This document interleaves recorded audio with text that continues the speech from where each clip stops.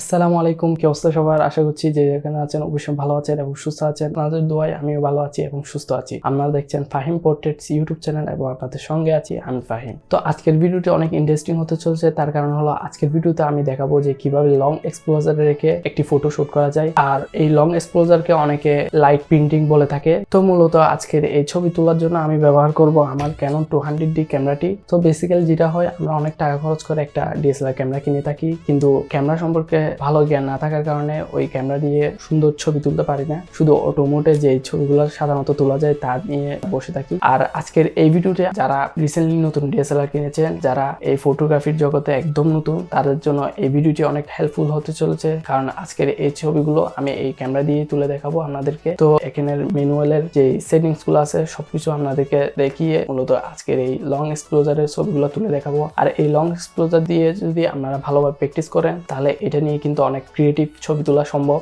এই ভিডিওটি অনেক ইন্টারেস্টিং হতে চলেছে। তো কোনো প্রকার স্কিপ না করে ভিডিওটি শুরু থেকে শেষ পর্যন্ত দেখবেন। আশা করছি ভিডিওটি আপনাদের অনেক ভালো লাগবে। তো চলুন আর বেশি কথা না বাড়িয়ে ভিডিওটি শুরু করা যাক। ভিডিও শুরু করার আগে বলে রাখি, আমি মূলত এই চ্যানেলে বিভিন্ন ধরনের ফটোগ্রাফি এবং ভিডিওগ্রাফি রিলেটেড বিভিন্ন ধরনের টিপস এন্ড ট্রিক্স শেয়ার করে থাকি। আর এর পাশাপাশি আমার পার্সোনাল কিছু ব্লগও আমি এই চ্যানেলে শেয়ার করে থাকি। আপনারা যারা এসব জিনিস নিয়ে ইন্টারেস্টেড, অবশ্যই চ্যানেলটিকে এখনই সাবস্ক্রাইব করে রাখুন আর পাশে থাকা বেল আইকনটিও বাজিয়ে দিতে ভুলবেন না। তো চলুন শুরু করা যাক।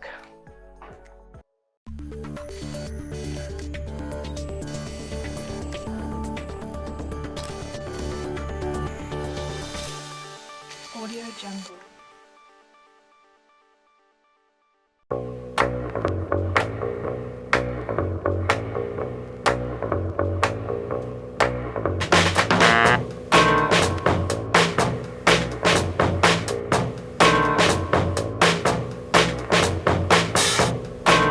এই ধরনের ছবিগুলো তোলার জন্য সর্বপ্রথম আপনাদের যে কোনো ধরনের একটি সাবজেক্ট দরকার হবে। হতে পারে সেটা কোনো আপনার রিভিউ প্রোডাক্ট অথবা যে কোনো শোপিস জাতীয় সুন্দর জিনিস। আমার কাছে একটা ছোটখাটো দুইটি হাঁসের শোপিস রয়েছে। এর পাশাপাশি আপনাদের প্রয়োজন পড়বে একটি মোবাইল। মোবাইলটা যে কোনো ধরনের একটা নর্মাল মোবাইল হলে চলবে। আমি এক্সট্রা মোবাইলটা ইউজ করতেছি Redmi 8, যে মোবাইলটার মাধ্যমে মূলত আমি লাইট প্রিন্টিংটা করব। এরপরে প্রয়োজন পড়বে আপনাদের মূল ক্যামেরা। তো আমি আমার ক্যানন 200D ক্যামেরাটা নিয়েছি। এরপরে আমাদের ল্যাম্প প্রয়োজন পড়বে অথবা যে কোনো ধরনের লাইট। তো ওই লাইটটা আলোটাই কন্ট্রোল করা যায় মতন হতে হবে। তো এই হলো আমার মূল সেটআপ। এগুলো দিয়ে মূলত আমি এখন ছবিগুলো তুলবো। তো চলুন।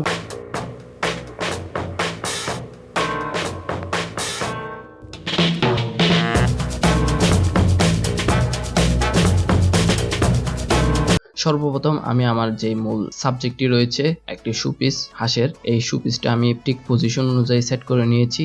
আর এরপরে আমি আমার যে মূল ক্যামেরা, আমার ক্যানন 200D, এই ক্যামেরাটিও পজিশন অনুযায়ী সেট করে নিব। দেখবো অন করে যে আমার ফ্রেমটি ঠিক হয়েছে কিনা। তো ফ্রেমটা ঠিক করে নিলাম। দেন আমার ল্যাম্প লাইটটি রয়েছে, সেটা থেকে হালকা আলো দিয়ে আমার সাবজেক্টের উপর দিয়ে রাখবো। দেন আমি একটি লাইট প্রিন্টিং এর জন্য একটি স্মার্টফোন নিয়ে নিয়েছি। আর এখানে যে দেখতে পাচ্ছেন ওয়ালপেপার, এই ওয়ালপেপারটি দিয়ে মূলত আমি এই লাইট প্রিন্টিংটি করব। তো এই ধরনের কিছু প্রিসেট আমি নিচে ডিসক্রিপশন বক্সে দিয়ে রেখেছি, আপনারা চাইলে ওগুলো ডাউনলোড করে আপনারা ইউজ করতে পারেন। আর এখন আমি মোবাইলের মধ্যে এই ওয়ালপেপারটি ফুল স্ক্রিন করে দিব। এরপরে আমি আমার মোবাইলের ব্রাইটনেসটি একদম কমিয়ে দিব। তো এই ধরনের লং এক্সপোজার বা লাইট প্রিন্টিং এর ছবিগুলো তোলার জন্য ক্যামেরাতে দুই ধরনের সেটিংস দেওয়া থাকে। একটি হলো টিভি মোড আর একটি হলো M mode, I mean manual mode. তো আমি মূলত আপনাদেরকে আজকে এই ম্যানুয়াল মোডে রেখে কিভাবে এই ছবিটি তুলবেন তা আপনাদের মাঝে শেয়ার করব। তো সর্বপ্রথম আমি আমার ক্যামেরাতে ম্যানুয়াল মোডে সুইচ করব।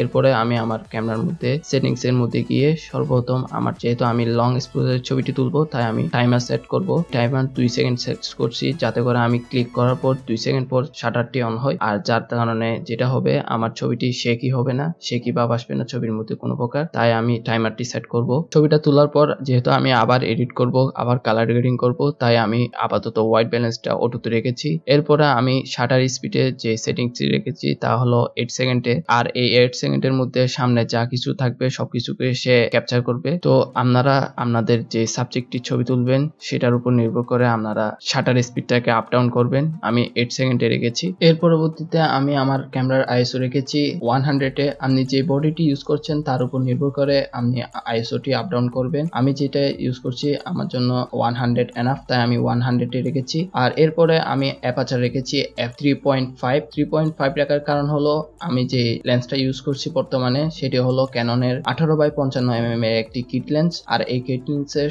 মিনিমাম অ্যাপারচার হলো 3.5, আর তাই আমি 3.5 রেখেছি। সো ফাইনালি আমার ক্যামেরাতে সম্পূর্ণ সেটিং করা শেষ। তো এখন আমি আমার রুমের লাইটটি বন্ধ করে দিব, এরপর ছবিটি ক্লিক করে দেখাবো আপনাদের মাঝে। তো এখন আমি লাইটটি অফ করে দিলাম, এরপরে আমার যে ল্যাম্প লাইটটি রয়েছে ওই ল্যাম্প লাইটটি আমি অন করে দিয়েছি। এরপর দেখতে পাচ্ছেন যে কোনো ভালোভাবে দেখা যাচ্ছে। যদি তারপরও লাইট ওঠা একটু কম বেশি দেখেন তাহলে এটা একটু ব্যালেন্স করে নেবেন। আমি যে ধরনের ছবিটা তুলছি এই ধরনের ছবি তুলতে হলে অবশ্যই শাটার স্পিডটাকে 8 সেকেন্ডে রাখবেন। তো পরবর্তীতে আমার হাতে যে সেকেন্ডারি স্মার্টফোনটি রয়েছে সেই স্মার্টফোনটি অন করে নিব এবং কি সেখান থেকে যে ওয়ালপেপারটি আছে সেটিকে ফুল স্ক্রিন করে ব্রাইটনেসটি একদম লো করে দিব। এরপর আমি আমার সাবজেক্টটিতে ভালোভাবে ফোকাস করে ক্যামেরাটিতে ক্লিক করে দিব, আর আমার মোবাইলটি টেবিলের সাথে ভালোভাবে লাগিয়ে ডান সাইড থেকে বাম সাইড পর্যন্ত 8 সেকেন্ডের মধ্যে সুন্দরভাবে সুইপ করে নিব।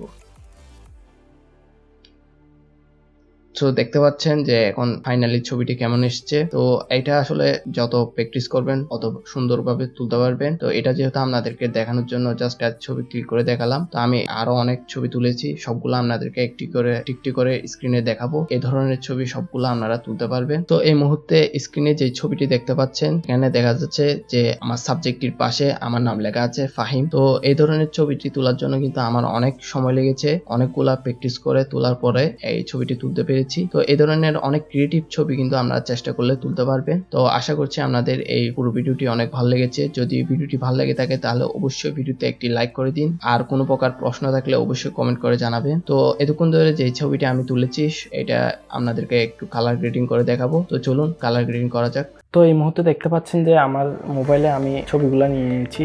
এখন আমি ছবিগুলো একটা একটা করে এডিট করব। তো আমি আপাতত এই ছবিটাই আপনাদেরকে এডিট করে দেখাবো। এটা যেহেতু সবচেয়ে ভালো আসছে ছবি, সর্বপ্রথম আমি এটা লাইট রুমে নিয়ে যাব।